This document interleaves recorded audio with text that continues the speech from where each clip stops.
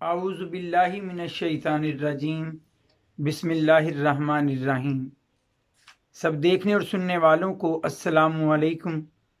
उम्मीद है अल्लाह के फजल करम से आप सब खैरियत से होंगे।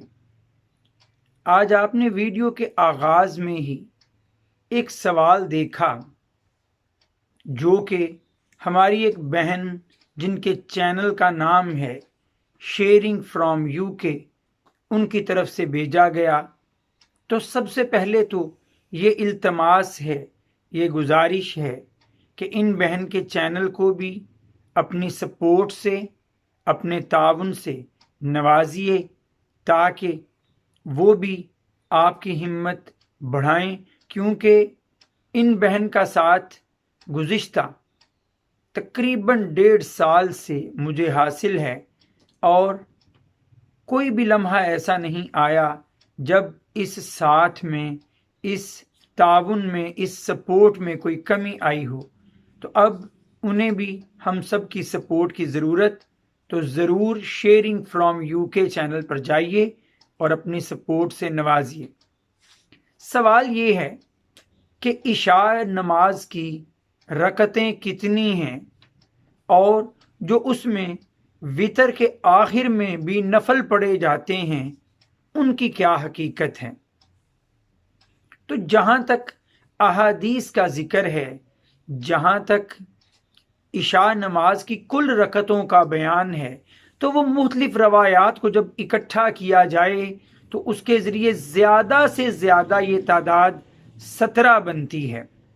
वो इस तरह से कि 4 रकतें सुन्नत हैं जो कि फ़राइज़ से पहले पढ़ी जाती हैं, लेकिन ये सुन्नतें गैर मुअक्कदा हैं और अगर कोई नहीं भी पढ़ता तो ये उस पर वाजिब नहीं है, लाजिम नहीं है।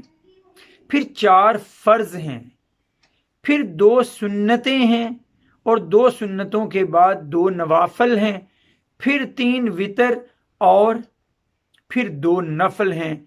ये कुल रकतें 17 बन जाती हैं। लेकिन साथ ही साथ अगर हम देखें तो ये 17 रकतें, इनमें कुछ नवाफल, कुछ सुन्नतें गैर मुअक्कदा हैं।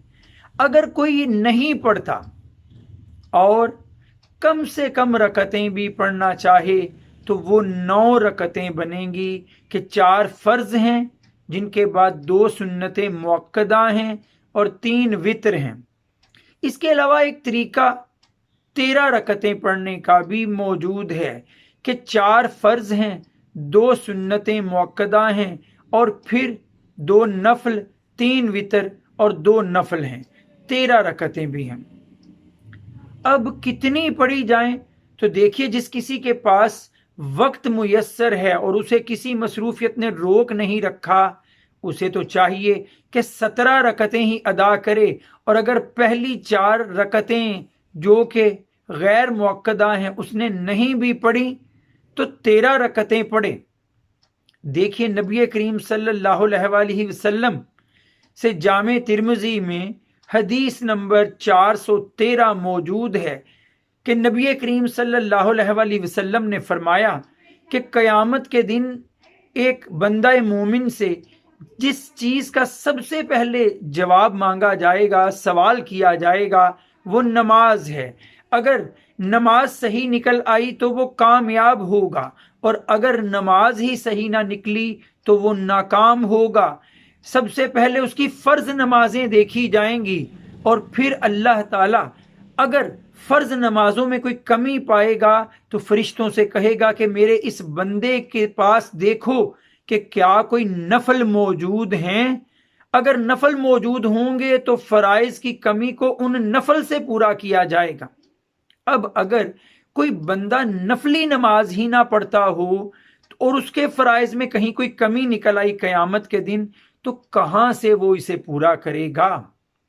तो नफल नमाज और सुन्नतें गैर मुअक्कदा भी पढ़ना चाहिए।